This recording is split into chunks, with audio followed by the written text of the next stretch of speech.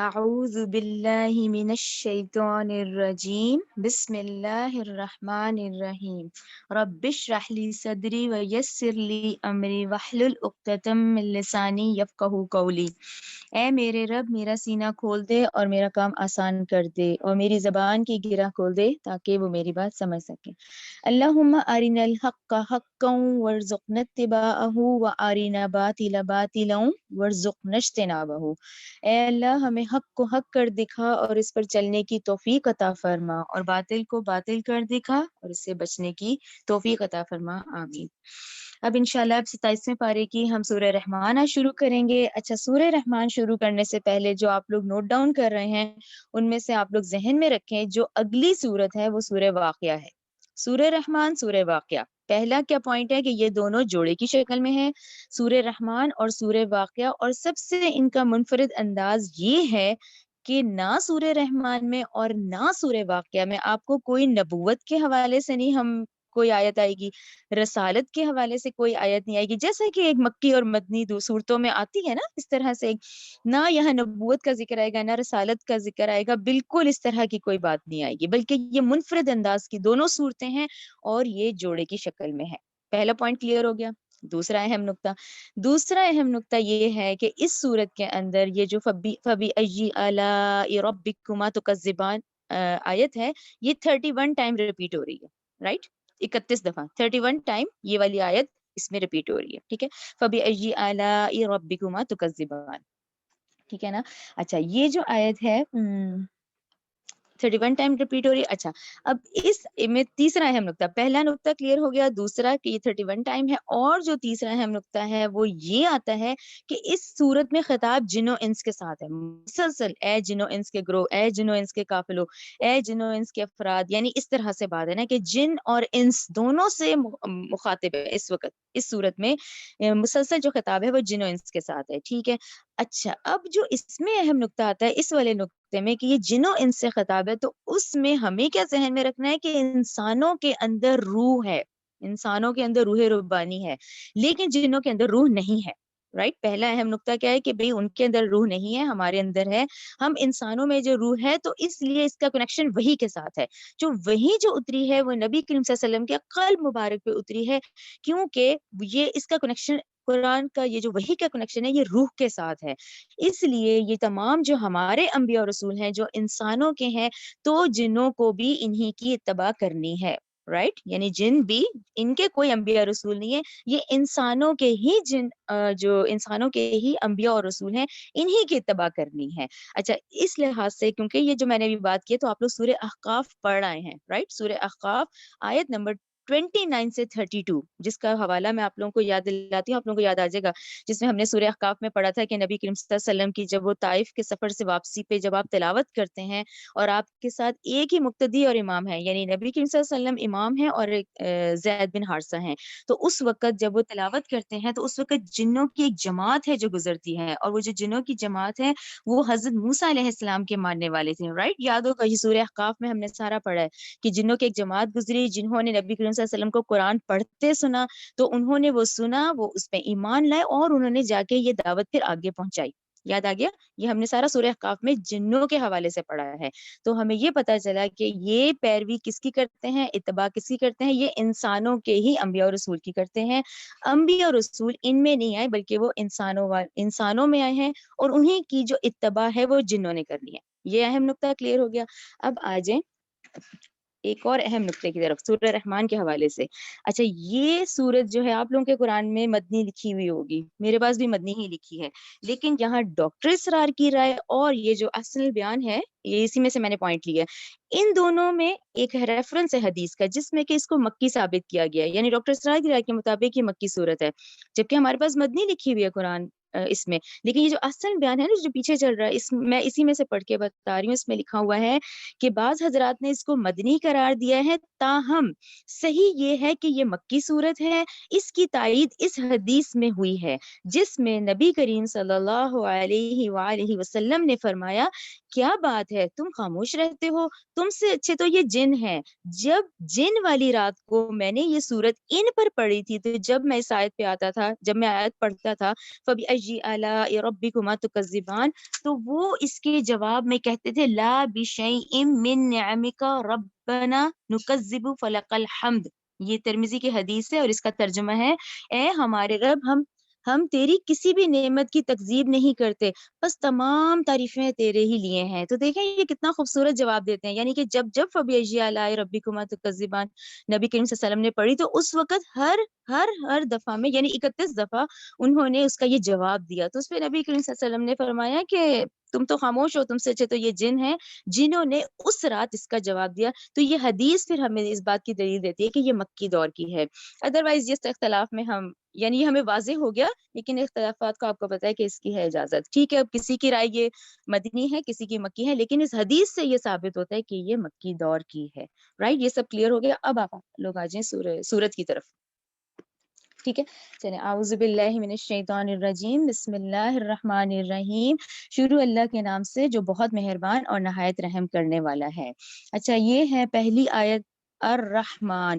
یہ دیکھیں یہ کیا ہے، الرحمن۔ اب رحمان کیا ہے، یہ ہے اللہ کے 99 نام جن میں سے یہ ایک ہے، ٹھیک ہے نا، ہم سب واقف میں الرحمن جو ہے اللہ کے ناموں میں سے ہے۔ اچھا، اب اس نام کی اہمیت بہت زیادہ ہے۔ اس نام کی اہمیت اس لیے بہت زیادہ ہے کہ اس کا جو مادہ ہے نا، وہ ہے رحمیم، رحم کرنا، ٹھیک ہے نا، رحم کرنا کسی پہ۔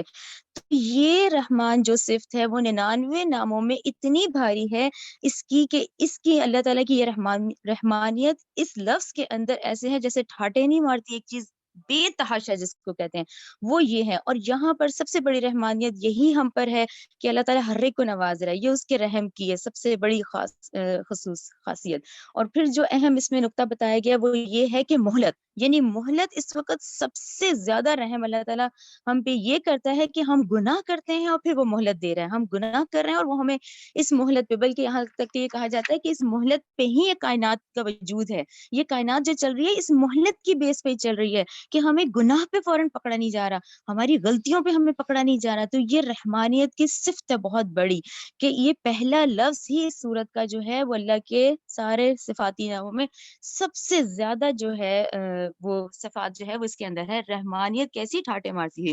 اچھا، یہاں پر ایک بہت خوبصورت حدیث ہے صحیح بخاری کی، وہ ہم دیکھ لیتے ہیں کہ اللہ کی رحمت کے بارے میں ایک موقع پر نبی کریم صلی اللہ علیہ وآلہ وسلم نے فرمایا کوئی شخص صرف اپنے اعمال کی بنیاد پر جنت میں نہیں جا سکے گا جب تک کہ رحمت خداوندی اس کی دستگیری نہ کرے۔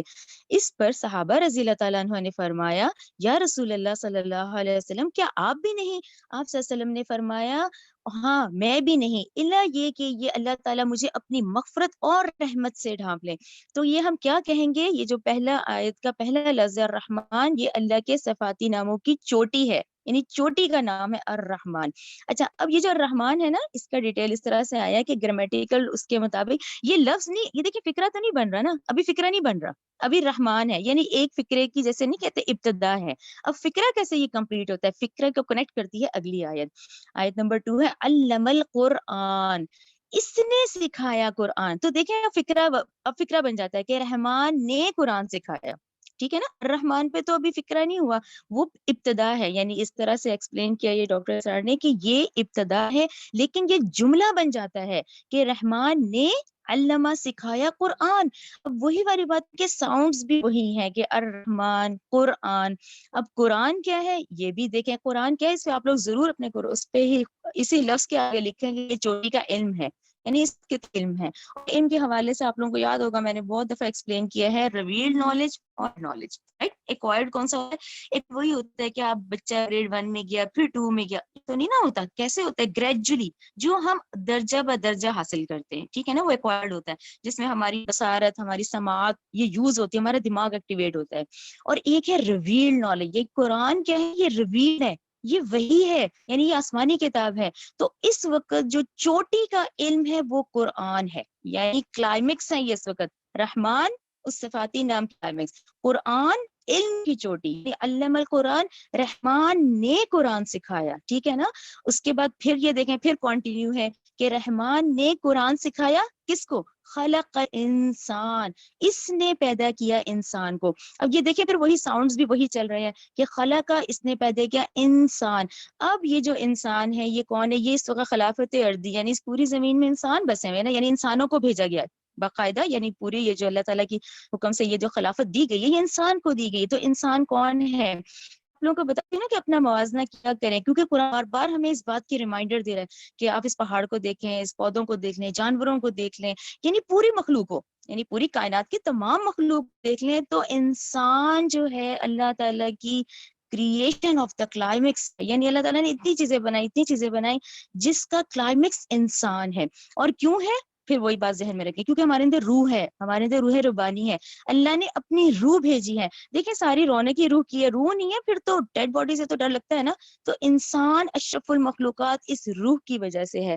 اور انسان کے حوالے سے کیونکہ آپ لوگ لاسٹ میں ہیں یا آخری پارہ ہے، آخر کی طرف ہے ہم، آخری صورت ہے، تو آپ لوگ دیکھیں، آپ لوگ یہ سارا پڑھ رہے ہیں. جیسے سورہ بنی اسرائیل 70 جو آپ لوگوں میں سے لکھنا چاہے وہ ضرور لکھے، کہ ہم یہ جو بار بار کہہ رہے ہیں کہ انسان جو ہے یہ کلائمیکس آف دا کریشن ہے، تو ہم لوگ سورہ بنی اسرائیل 70 میں پڑھ کر آئے ہیں، رائٹ؟ بنی اسرائیل 70 کی آیت دیکھیں.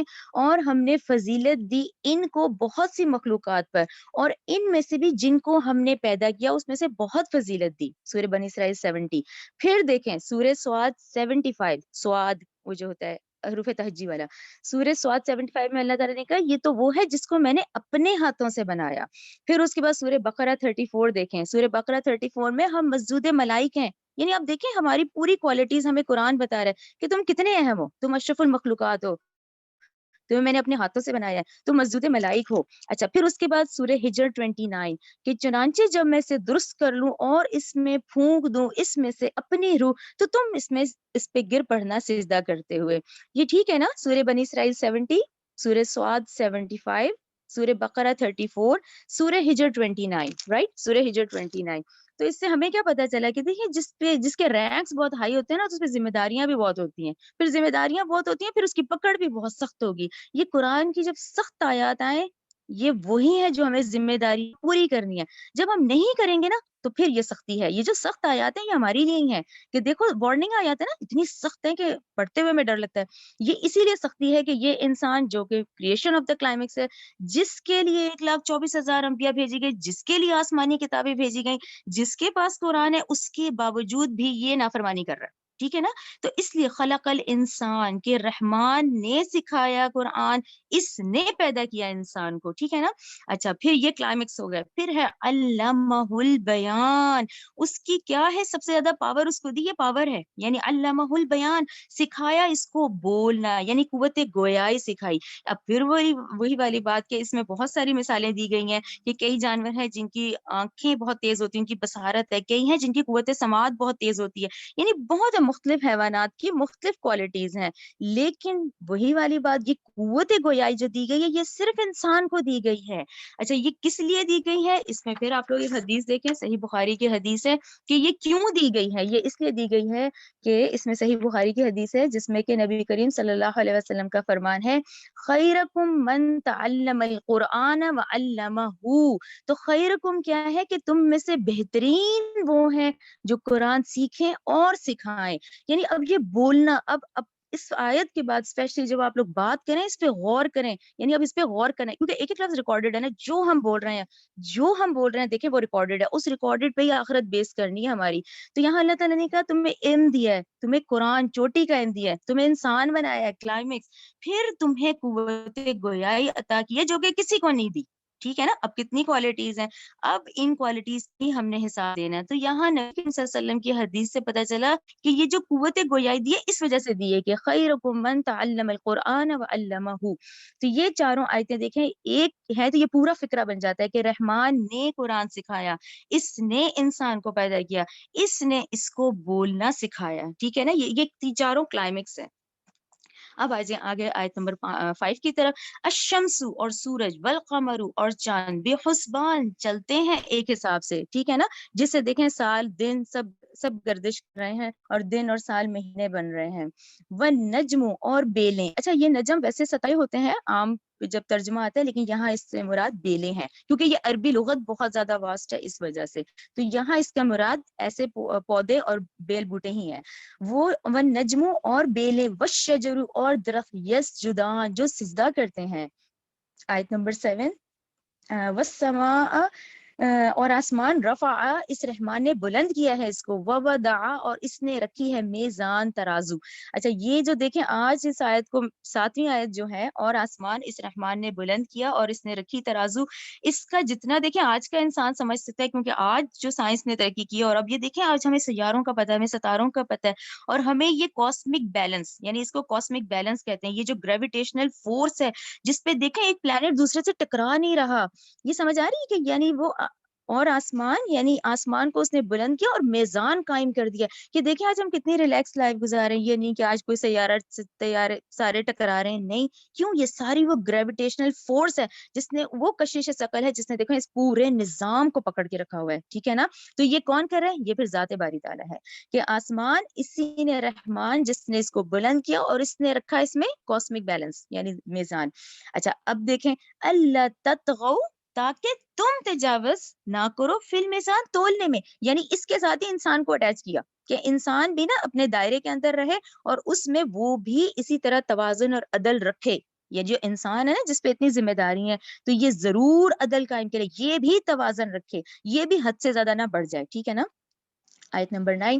وَأَقِیمُوا اور تم قائم کرو وزن کو بالقسط، انصاف سے. رائٹ، ابھی وہی بات چل رہی ہے 7 کے بعد 8 اور 9 کہ تم بھی قائم کرو، تم بھی اس وزن کو قائم رکھو اور بالقسط، انصاف کے ساتھ. وَلَا تُخْسِرُوا اور نہ تم کمی کرو میزان تول میں، یعنی ناپ تول میں بھی کمی نہ کرو اور اپنے توازن کو بھی اور عدل کو بھی قائم کرو. آیت نمبر 10. وَالْأَرْضَ اور زمین، وَدَعَهَا اس نے بچھا رکھا ہے اس کو، لِلْأَنَامِ مخلوق کے لیے. یہ پھر وہی والی بات، وہ جو ہے نا سورہ بقرہ 164، وہ میں بار بار آپ لوگوں کو اس لیے ریپیٹ کرواتی ہوں کہ آپ لوگوں کو یاد بھی ہو جائے. اس میں تمام عناصر فطرت ایک ہی آیت میں ہے کہ یعنی انسان وہ ایک آیت پڑھے نا تو ہم اس ہر چیز سے فائدہ اٹھا رہے ہیں. تو یہ زمین اسی نے بچھا رکھا ہے اس کو مخلوق کے لیے. آیت نمبر 11 دیکھیں. فیہا اس میں فاکہۃ میوے ہیں، والنخل اور کھجور کے درخت جس کے شگوفے اور پھل ہیں.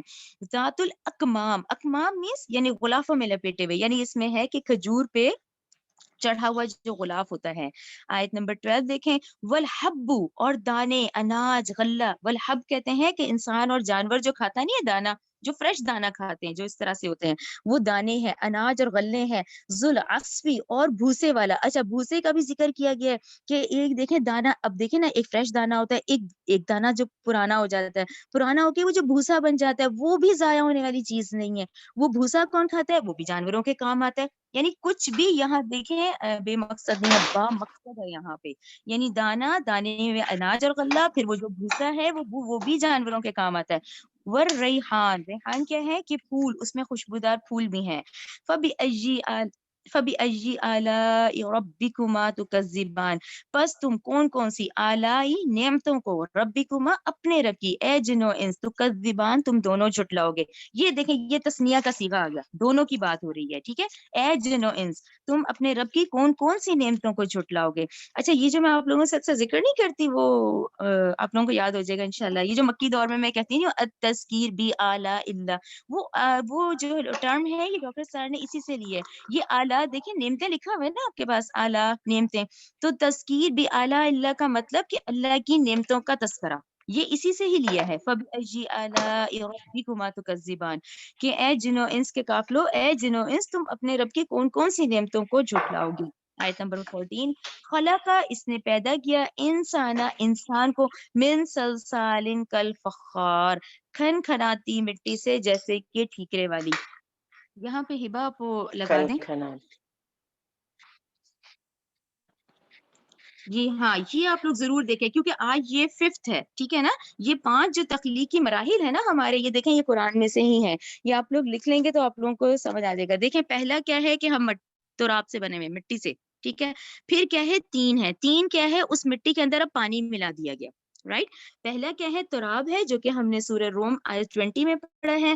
پھر ہم نے تین کا مطلب کہ اس پانی کے اندر اب مٹی مل گئی تو کیا بنا؟ سورہ آراف 12. ٹھیک ہے نا. اچھا، پھر اس کے بعد تھرڈ ہم لوگوں کا اسٹیپ آ گیا انسانی تخلیق کا. وہ کیا ہے؟ تین لازم ہے. یعنی کہ مٹی اور پانی جب پڑا رہا، پھر کیا ہے؟ اب وہ فرمنٹیشن، تخمیر، عمل تخمیر جس کو کہتے ہیں، وہ فرمنٹیشن یعنی وہ لیس دار ہو گیا. ہوتا ہے نا کہ پانی اور مٹی کو جب آپس میں ملایا، اب وہ لیس دار ہو گیا. یہ ہم نے پڑھا ہے سورہ صافات 11 میں. رائٹ. تراب، تین لازم. اچھا، پھر اس کے بعد فورتھ سٹیج آتی ہے. فورتھ سٹیج کیا ہے؟ کہ لیس دار گارا جب پڑا رہا تو اس میں اب سڑان پیدا ہو گئی، یعنی اس میں سے بدبو آنے لگ گئی. وہ کیا ہے؟ ہمائم مسنون. یہ ہم نے سورہ ہجر 26 میں پڑھا ہے. ٹھیک ہے نا. اچھا، اب اس میں سے جب سڑان آنے لگ گئی، پھر کیا ہے؟ وہ سڑان والا وہ جو گارا تھا، پھر وہ خشک ہونا شروع ہو گیا. جب وہ خشک ہوا، پھر اس میں کھنکنے لگا. کھنکنے مینس جیسے ہاتھ سے جیسے نوک کریں تو اندر سے آواز نہیں آتی، ایسا ہونے لگا، جس کو اندر سے آواز آتی ہے جس کے نوک کرنے سے.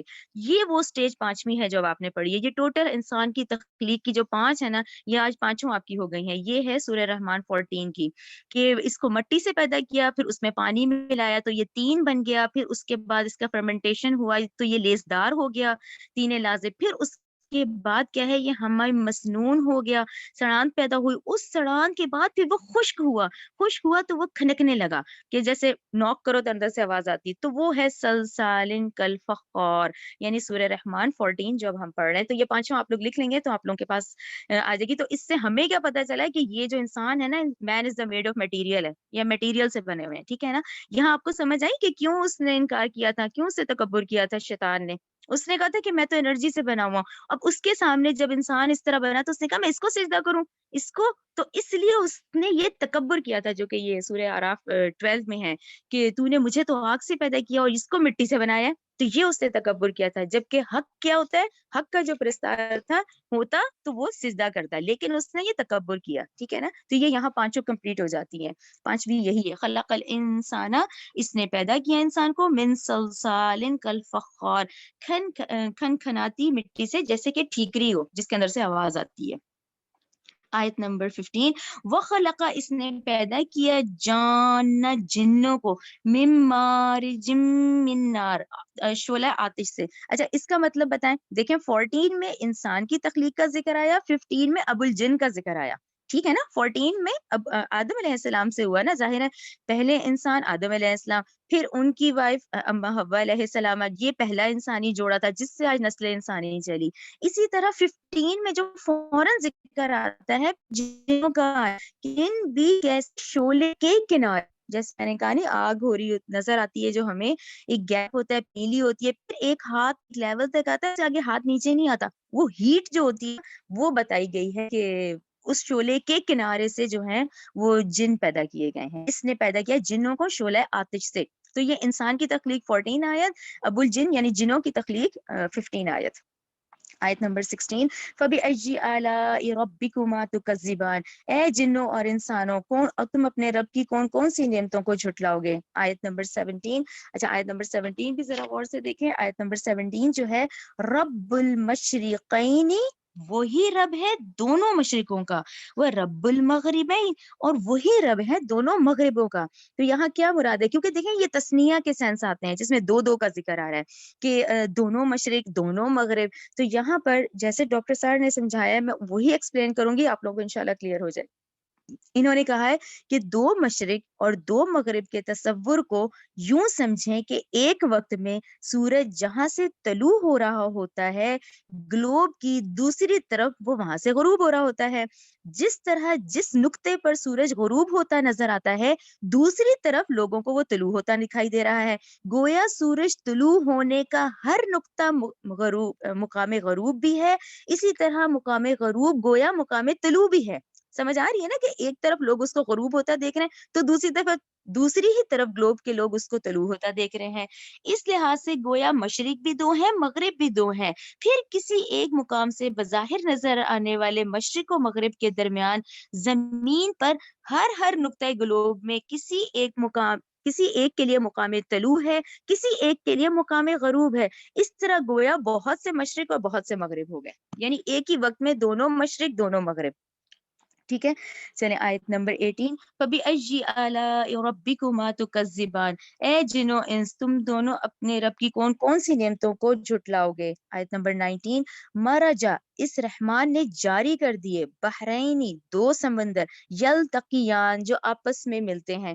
یہاں آپ لوگ ضرور سورہ فرقان 53 لکھیں 19 کے آگے، کیونکہ آپ کو قرآن کا انداز تو اندازہ ہے نا کہ سورہ فرقان میں ہم اس کا ڈیٹیل پڑھ آئے ہیں یہ آیت کا، کہ اس رحمان نے جاری کیے ہیں دو سمندر جو باہم ملتے ہیں. میں آپ کو سورہ فرقان 53 بتاتی ہوں.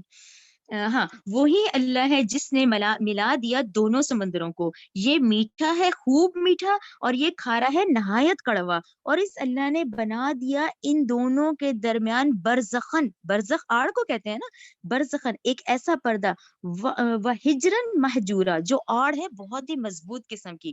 تو دیکھیں یہ سبحان اللہ، اللہ کی اس میں شان دیکھیں کہ کیسے یہ دونوں سمندر ہیں، ایک میٹھے پانی کا ہے اور ایک کھارا کڑوا، یہ جو سورہ فرقان 53 ہے. تو اللہ تعالیٰ نے یہ دو رحمیں جاری کر دیا، ان میں ایک برزخ ہے جو بڑی مضبوط ہے. نمبر 20. بینہما ان دونوں کے درمیان برزخ ایک کیا ہے، لا یبغیان نہیں وہ دونوں تجاوز کرتے. فَبِأَيِّ آلَاءِ رَبِّكُمَا تُكَذِّبَانِ. تو بس اے جنو انس تم اپنے رب کی کون کون سی نعمتوں کو جھٹلاؤ گے. آیت نمبر 22. یخرجو نکلتے ہیں منہما ان دونوں سمندروں سے لؤلؤ موتی والمرجان اور مونگے بھی. اچھا یہ یہاں پر آپ لوگوں نے عام سنا ہوا ہوگا کہ وہ جب بارش ہوتی ہے تو وہ جو سپی اپنا منہ کھولتی ہے تو اس کے منہ میں جب قطرہ جاتا ہے تو اس سے موتی بنتا ہے، ہم جانتے ہیں نا، یہ ہم سننے میں آتا ہے. یہ دیکھیں دونوں سمندروں میں پایا جاتا ہے، ورنہ عام طور پہ رائے ہوتی ہے کہ شاید میٹھے پانی میں یا کڑوے میں. تو اس صورت میں قرآن نے واضح کر دیا کہ منہما ان دونوں سمندروں میں ہے، چاہے وہ کڑوا ہے چاہے وہ میٹھے پانی کا ہے، ان میں موتی اور مونگے ہیں. ٹھیک ہے نا، مونگے یعنی چھوٹے موتی، موتی اور مونگے ہیں. آیت نمبر 23. فَبِأَيِّ آلَاءِ رَبِّكُمَا تُكَذِّبَانِ. سو اے جنو انس تم اپنے رب کی کون کون سی نعمتوں کو جھٹلاؤ گے. آیت نمبر 24. وَلَهُ اور اسی کے لیے ہے جواری چلنے والے بڑے بڑے جہاز، منشآت یہ بحری جہاز یعنی منشآت اور اونچے اٹھائے ہوئے ہیں. اب اونچے اٹھائے ہوئے آپ لوگوں کو یاد ہوگا یہ آج موٹروں کا اور ان کا دور ہے پیٹرول کا. پہلے دیکھیے وہ جو بادبان ہوتے تھے، یہ بادبان ہے اس کا ترجمہ میں نا، کہ منشآت اور اونچے اونچے بادبان، فی البحری سمندر میں، کل عالم جو پہاڑوں کی مانند ہیں. آیت نمبر 25.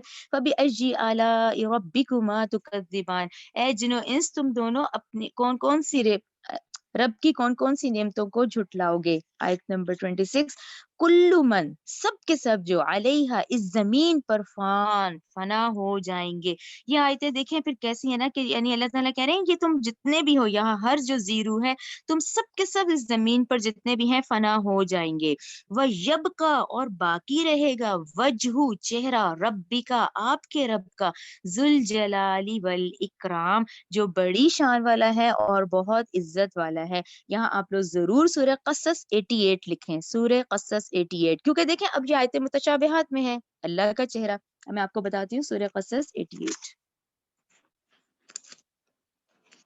ہاں دیکھیں اب سورہ قصص 88 میں ہے کہ وہی مگر وہی ہے ہر چیز ہلاک ہونے والی ہے، ہر چیز ہلاک ہونے والی ہے سوائے اس کے چہرے کے، اسی کے لیے حکم اور اسی کی طرف تم سب لوٹائے جاؤ گے. ٹھیک ہے نا، تو یہ ہمارے لیے ریمائنڈر آ جاتا ہے نا کہ بھئی یہاں پر اس دنیا میں سب کا سب فنا ہو جائے گا، باقی رہے گا چہرہ. اب یہ آیت متشابہات میں سے ہے آپ کے رب کا جو بڑی شان اور عزت والا ہے.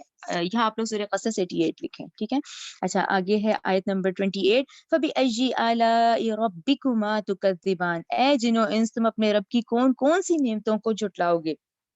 آیت نمبر 29. یسألہ اسی سے مانگتا ہے من جو کچھ بھی ہے، فی السماوات والارض جو کچھ زمین میں جو کچھ آسمان میں ہے. اچھا یہاں اس کو سلیش کر دیں کیونکہ اس آیت کے دو حصے ہیں. یسألہ کا کیا مطلب ہے، ہر کوئی اسی سے مانگ رہا ہے، یعنی ہر کوئی اللہ تعالیٰ سے مانگ رہا ہے. ٹھیک ہے نا، یعنی تمام ہر جو ہماری فریاد ہے وہ ہم کس سے کر رہے ہیں، ہم اللہ تعالیٰ سے کر رہے ہیں. یہاں پہ آپ لوگ لکھیں سورہ محمد 38. یہ جو اتنا پورشن ہے نا کہ ہم اللہ تعالیٰ نے کہا کہ اسی سے ہی مانگتا ہے جو کچھ ہے آسمان میں جو کچھ ہے زمین میں. یہ آپ لوگ لکھیں سورہ محمد 38. میں آپ کو اس کا ترجمہ بتا دیتی ہوں، میں بس مفہوم اور وہ بتا دیتی ہوں. آیت نمبر یہ دیکھیں، یہ جو ہے سورہ محمد 38 کہ واللہ الغنی وانتم فقراء، یعنی اللہ غنی ہے اور بے نیاز ہے اور تم سب اس کے محتاج ہو. ٹھیک ہے نا، تمہارا وجود، تمہاری زندگی ہے، تمہاری صلاحیتیں، غرض تمہارا جتنا کچھ ہے وہ عطا کردہ ہے. یہ بات سمجھ آ گئی نا اتنی کہ ہم کیسے محتاج ہیں. یعنی کہ اب ایک بچہ پیدا ہوتا ہے، دیکھیں وہ بالکل خالی سلیٹ ہے نا، اب آہستہ آہستہ اس کو دیا جاتا ہے، دیا جاتا ہے، دیا جاتا ہے، خود اس کا کچھ نہیں ہوتا. یہ علم دیا گیا ہے، دیکھنے کی صلاحیت دی گئی ہے، ہر چیز دی گئی ہے، یعنی اللہ کی عطا کردہ ہے. ٹھیک ہے نا، تو اب کوئی فریاد ہوتی ہے تو ہم اس میں اسی سے مانگتے ہیں. یعنی سورہ محمد 38 میں یہی ہے کہ اللہ غنی ہے اور بے نیاز ہے، تم سب اس کے محتاج ہو. اتنا پورشن کلیئر ہو گیا نا. اب اگلا حصہ دیکھیں، کلّا ہر یومن. اب یہ دیکھیں، ہر روز یعنی ہر روز ہر وقت، ہوا فی شان، وہ ایک نئی شان میں ہے. یعنی ہر روز ایک نئی شان میں ہے. اب یہ جو آیت نمبر 29 کے لحاظ سے اس میں آپ لوگ لکھیں سورہ سجدہ 5، سورہ سجدہ 5 وہ ہم پڑھ رہے ہیں. سورہ سجدہ 5 میں اس کا مفہوم یہی ہے کہ اللہ تعالیٰ تمام یہ جو پلاننگ نہیں چل رہی اس وقت، جیسے کہ اب دیکھیں نا نئی شان کا کیا مطلب ہے. اب دیکھیں نا کسی کو صحت مل رہی ہے، کوئی بیمار ہو رہا ہے، کوئی مر رہا ہے، کوئی پیدا ہو رہا ہے، کسی کو اللہ بلندیوں پہ پہنچا رہا ہے، کسی کو پستیوں میں پہنچا رہا ہے. اب آپ دیکھیں ڈیلی بیسس پہ یہ دیکھنے میں آ رہا ہے. تو یہ سب کون پلان کر رہا ہے؟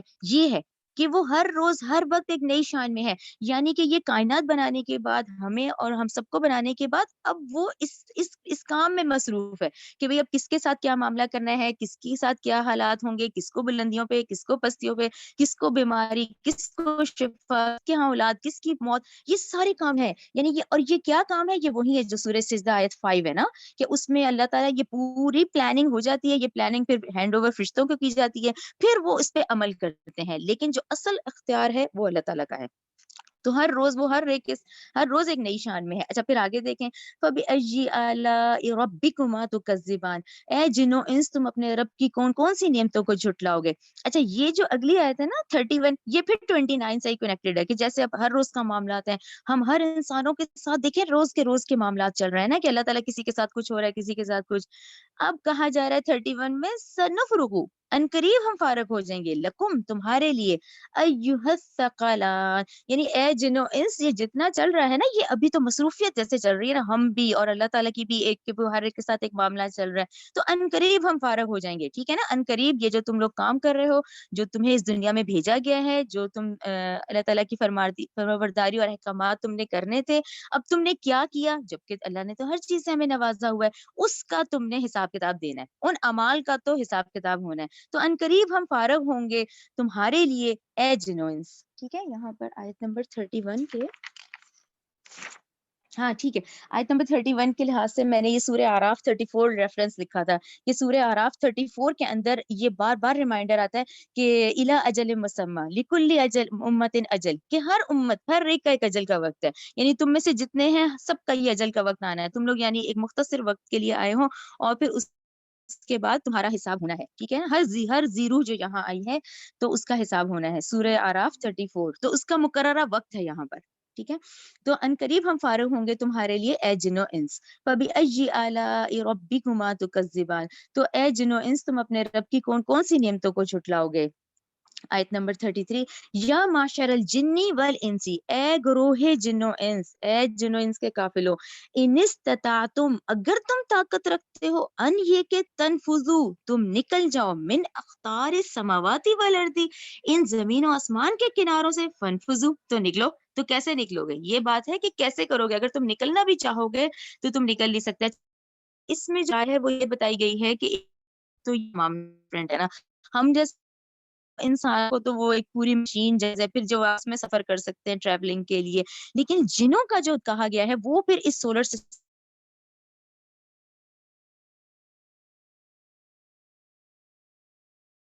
سسٹم کے اندر ہی رہ سکتے، کہ تم نکل جاؤ اس کے کناروں سے، تو نکل کے دکھاؤ. تو اس میں قیامت کے دن کا بھی منظر بتایا گیا کہ وہ جو قیامت کے دن کا حال ہوگا کہ ہم وہاں سے اگر نکلنا چاہیں تو انسان نہیں نکل سکے گا. لا تنفذون الا بسلطان، نہیں تم نکل سکتے مگر غلبے ہی سے. فبأي آلاء ربكما تكذبان، تو اے جنو انس تم اپنے رب کی کون کون سی نعمتوں کو جھٹلاؤ گے. آیت نمبر 35 بھی اسی حوالے سے قیامت کے دن کے، یرسلو، چھوڑا جائے گا، علیکما، تم دونوں پر، شوازن، شولہ، من ناری، من ناری آگ کا، ونحاسن اور دھواں، فلا تنتصران تاکہ تم عذاب سے نہ، تم اس دن عذاب سے نہ بچ سکو گے. ٹھیک ہے. 33 کے بعد 35 وہی قیامت کے دن، اگر تم وہاں سے نکلنا بھی چاہو گے تو تم نکل نہیں سکو گے، اور اگر تم کہیں جانا چاہو گے تو پھر چھوڑ دیا جائے گا، یعنی فرشتے تم پہ یہ پھر شعلہ چھوڑ دیں گے. ٹھیک ہے نا، کہ شعلے تم پہ ڈال دیے جائیں گے، چھوڑ دیا جائے گا تم دونوں پر، شعلہ آگ کا اور دھواں، تو تم بچ نہیں سکو گے اس عذاب سے. ٹھیک ہے نا. آیت نمبر 36 فَبِأَيِّ آلَاءِ رَبِّكُمَا تُكَذِّبَانِ، اے جنو انس پھر تم اپنے رب کی کون کون سی نعمتوں کو جھٹلاؤ گے.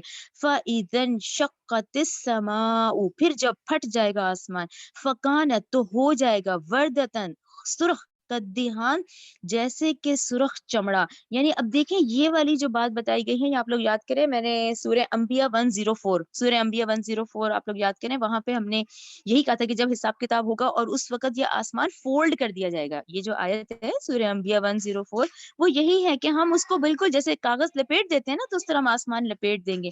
تو یہ آسمان کی کنڈیشنز ہیں، وہاں یہ بتایا گیا کہ لپیٹ دیں گے.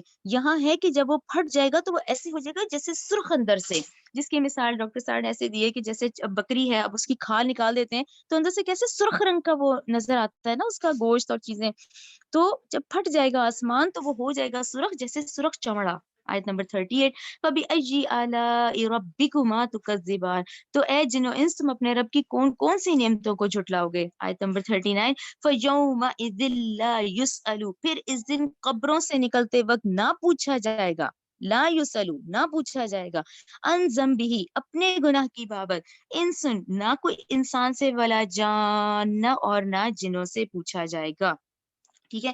یہ آیت نمبر 39 کے حوالے سے وہی ہے کہ فرشتوں کے پاس دیکھیں آج سارے ریکارڈ ہے، یعنی پورے ریکارڈ اس وقت موجود ہوں گے، تو اس وقت یہ گناہوں کا تم سے نہیں پوچھا جائے گا. ٹھیک ہے نا. یہاں آپ لوگ سورہ قیامہ 14 لکھیں، آیت نمبر 39 ہے نا، اس میں سورہ قیامہ 14 لکھیں. سورہ قیامہ 14 کا ترجمہ ہے کہ میدان حشر میں ہر شخص کا چہرہ ہی گویا اس کا انجام کا خبر دے رہا ہوگا، یعنی ہر نفس اس وقت جان رہا ہوگا کہ وہ کیا کر کر آیا ہے. ٹھیک ہے نا. تو اس دن تم سے نہیں پوچھا جائے گا کیونکہ ریکارڈ ہمارے موجود ہوں گے فرشتوں کے پاس. اور یہ سورہ قیامہ آیت 14 میں یہ جو اس کا ترجمہ ہے کہ میدان حشر میں ہر شخص کا چہرہ ہی گویا اس کے انجام کی خبر دے رہا ہوگا. آیت نمبر 40 فَبِأَيِّ آلَاءِ رَبِّكُمَا تُكَذِّبَانِ تو اے جنو انس تم اپنے رب کی کون کون سی نعمتوں کو جھٹلاؤ گے. آیت نمبر 41 یعرفو پہچان لیے جائیں گے، مجرمون مجرم، بسیماہم ان کے چہروں کی علامت سے ہی، فیوخذو پھر وہ پکڑے جائیں گے، بن نواسی پیشانی کے بلوں سے، والاقدام اور قدموں سے.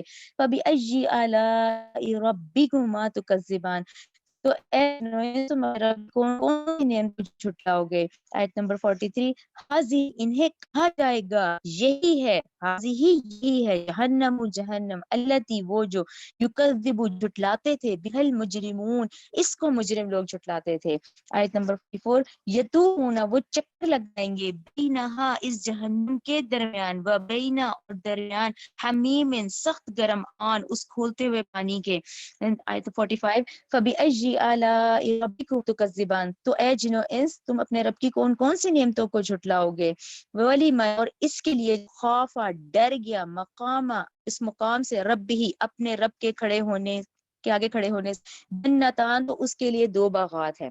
اچھا اب اس کو آپ لوگ بہت غور سے سنیں. آیت نمبر 46 کے آگے لکھیں 62، سورہ رحمان کی ہی 62 لکھیں آپ لوگ، سورہ 46 کے آگے 62 لکھیں تو یہ سمجھ آئے گی، کیونکہ یہ دو باغات ذکر آ رہا ہے. ٹھیک ہے نا. اور اس کے لیے جو ڈر گیا اپنے کے سامنے ہونے سے، جس کے دو باغ ہیں. ٹھیک ہے. ابھی رکھیں ذہن میں، اور ہم جب 62 پڑھیں گے تو میں آپ کو یہ 4 جنتوں کا ایکسپلین کروں گی. یہ 2 کا ذکر پھر آگے 2 کا ذکر ہے، یہ 4 ہوتے ہیں. میں 62 پہ آگے پھر 46 آپ لوگوں کو دوبارہ بتاتی ہوں. ٹھیک ہے. اب اس کو ذہن میں ہی رکھیں.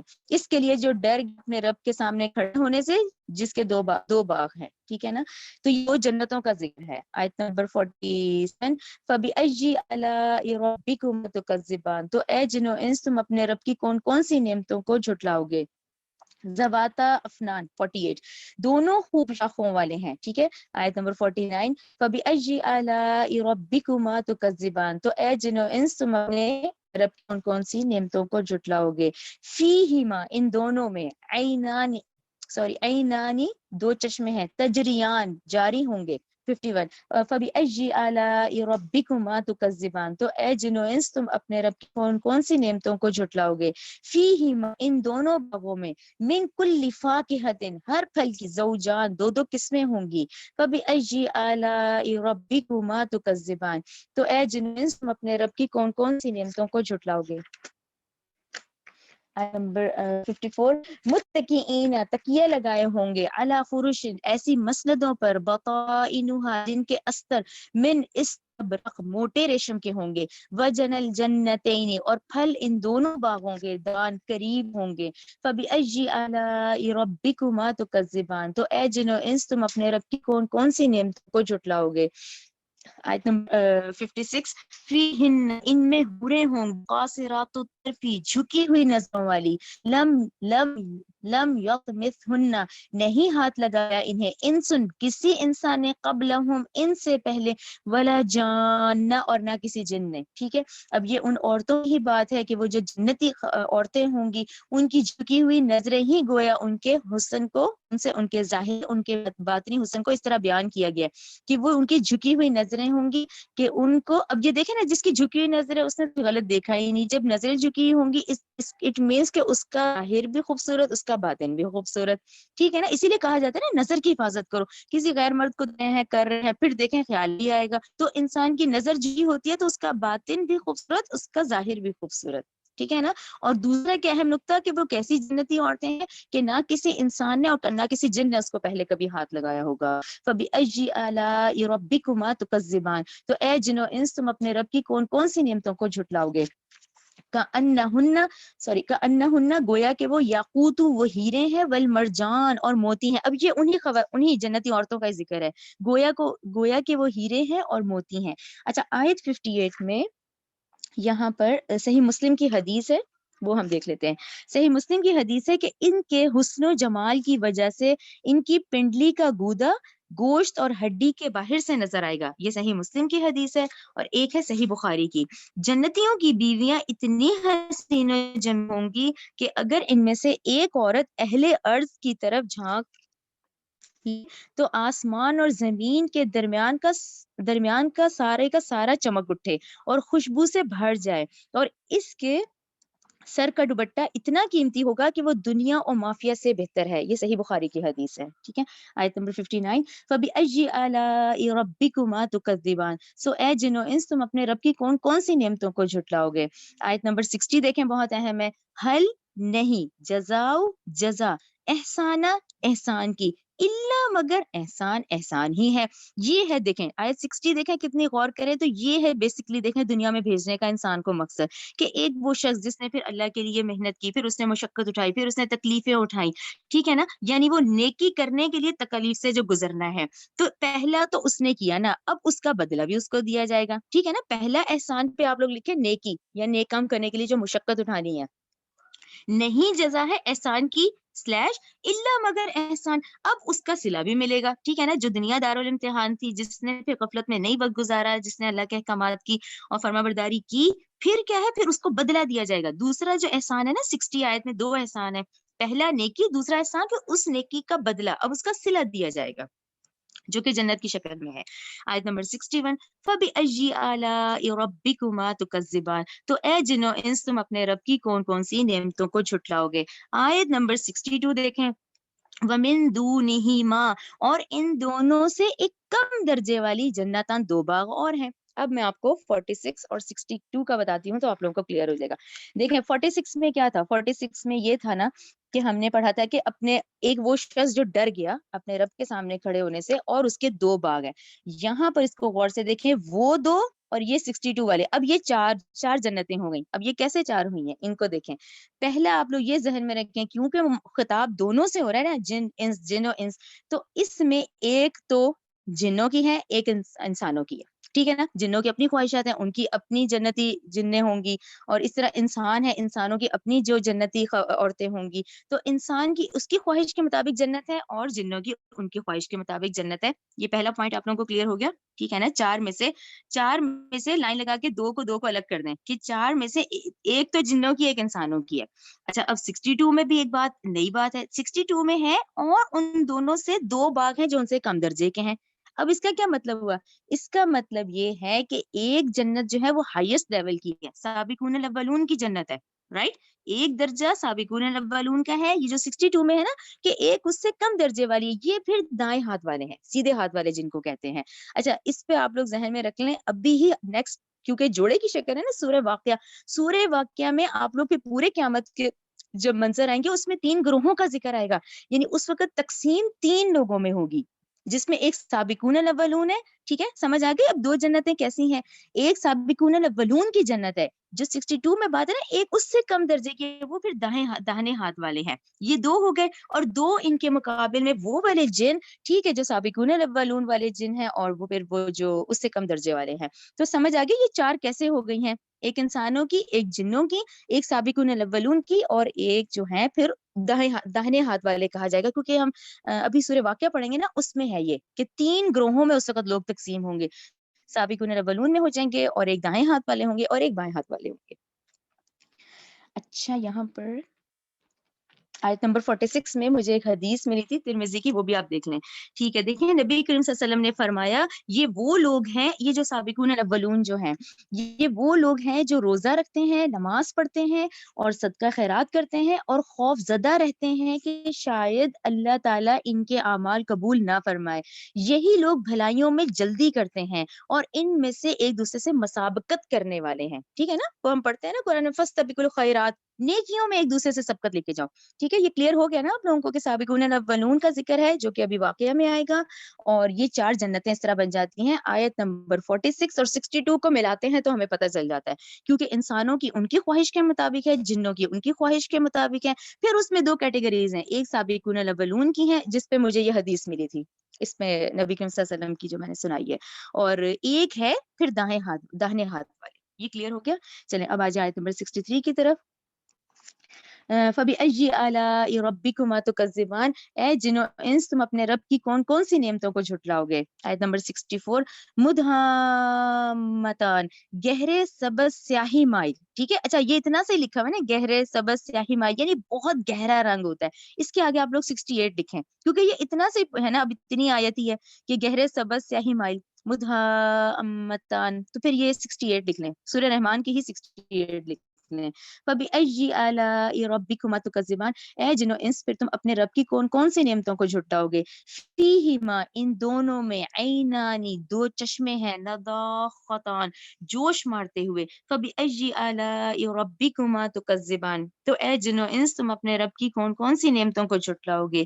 فِيهِمَا، ان دونوں میں ہوں گے، فَاكِهَةٌ، لذیذ پھل، وَالنَّخْلُ، اور کھجوریں، وَالرُّمَّان، اور انار۔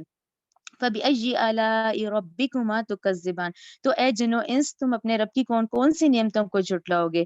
فِيهِنَّ، ان میں، اچھا دیکھیں نا، سوری، یہ میں نے جو 64 میں 68 لکھ پایا تھا، تو یہ مطلب اس طرح بتایا گیا ہے 64 میں نے کہ گہرے سبز سیاہی مائل، تو کیا چیز گہرے سبز سیاہی مائل؟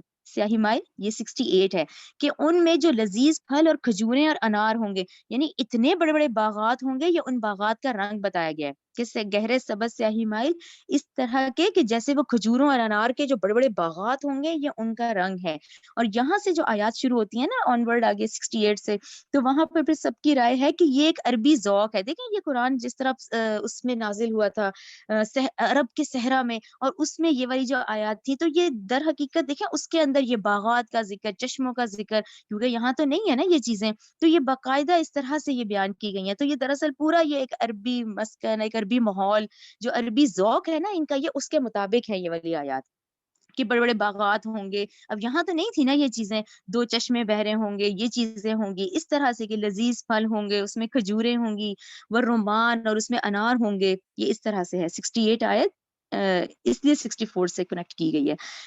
69 ہے فَبِأَيِّ آلَاءِ رَبِّكُمَا تُكَذِّبَانِ، تو اے جنو انس، تم اپنے رب کی کون کون سی نعمتوں کو جھٹلاؤ گے؟ آیت نمبر 70، فِيهِنَّ، انہی میں، خیرات، خوب سیرت، حسان، خوبصورت حوریں ہوں گی۔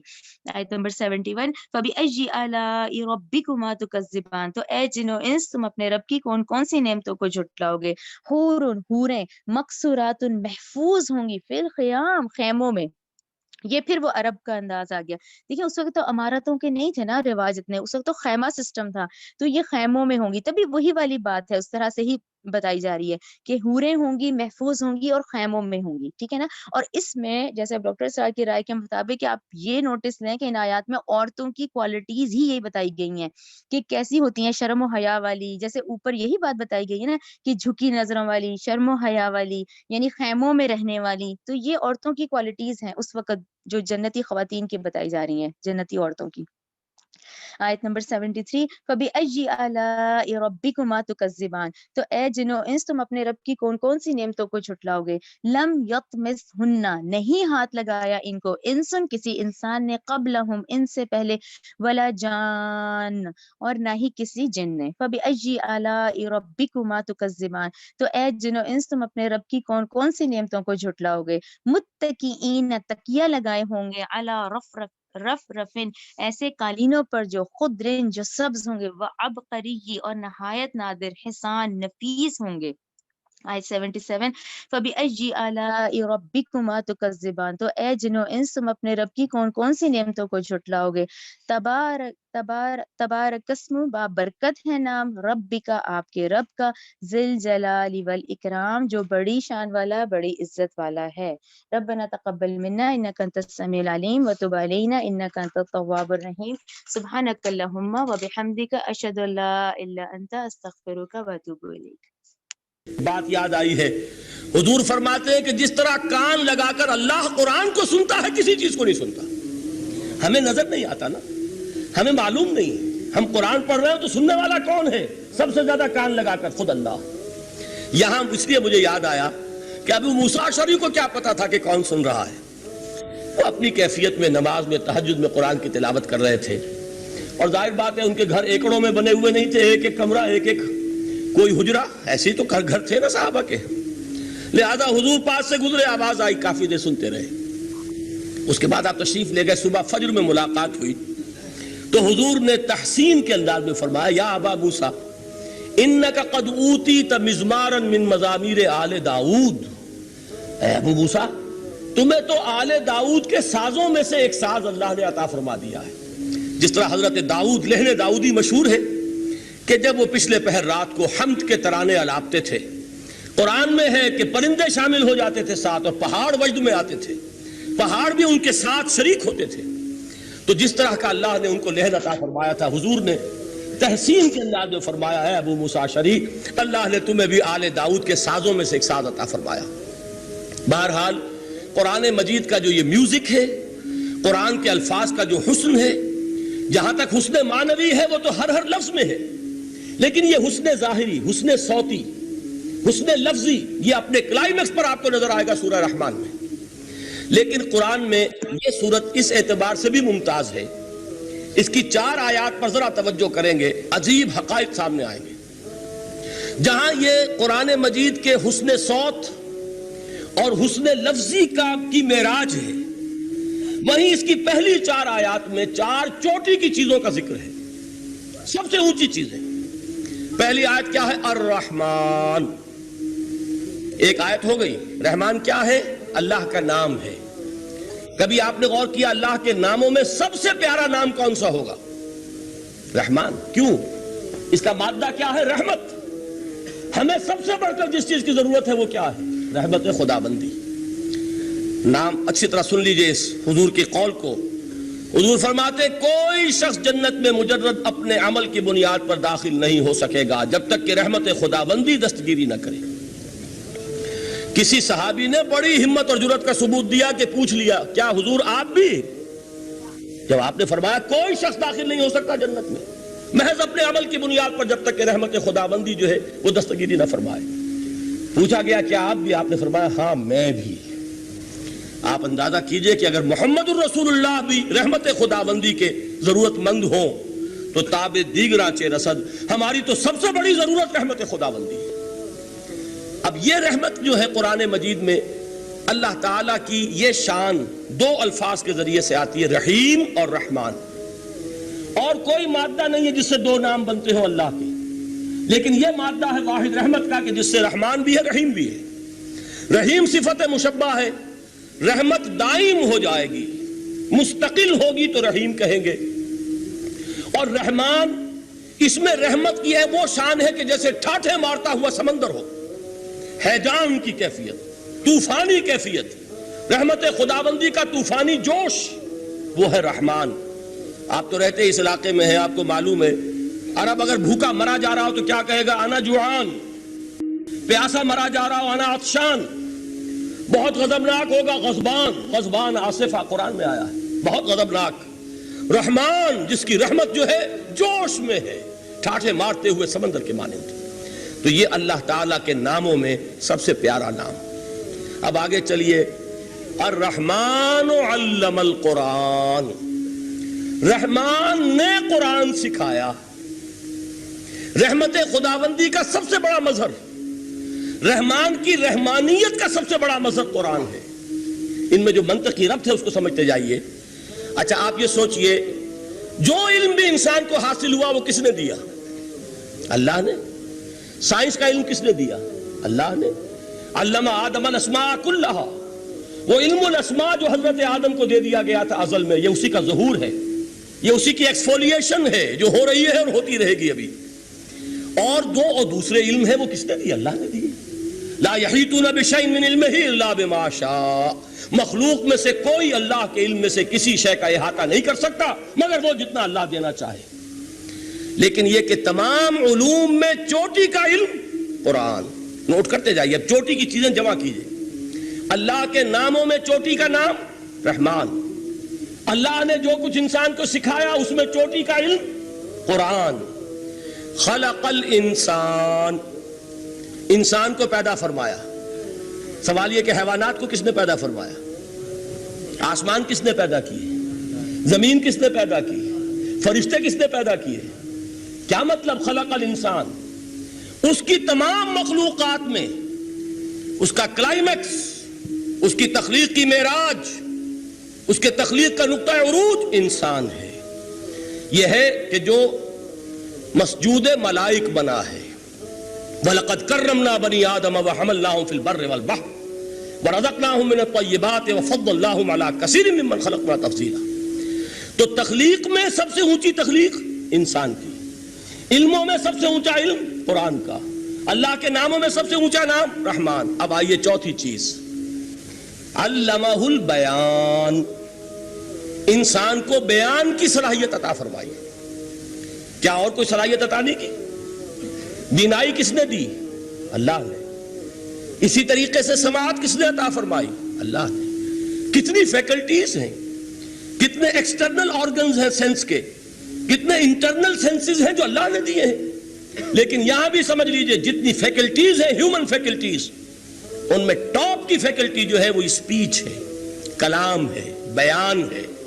جن لوگوں نے میڈیکل سائنس کا مطالعہ کیا ہے وہ جانتے ہیں کہ یہ برین ہے، ہیومن برین، اس برین میں جو وہ اوپر ایک زرد سا مادہ ہوتا ہے، گرے میٹر، اس کی ایک کوٹنگ ہوتی ہے، یہ ہائیسٹ ایوالوڈ فارم ہے، اور اس میں سب سے بڑا رقبہ جو ہے وہ اسپیچ سینٹر کہلاتا ہے۔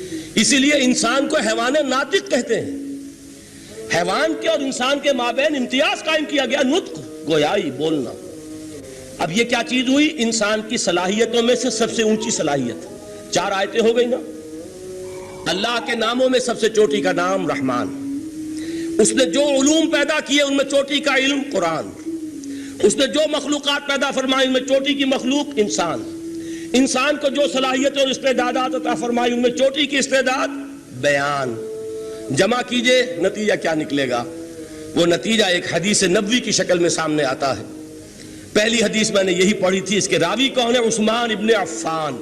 میں حیران ہوتا ہوں وہ قافیہ یہاں بھی موجود ہے، رحمان، قرآن، بیان، انسان، عثمان، عفان، باپ کا نام بھی اسی وزن پر ہے، عثمان ابن عفان۔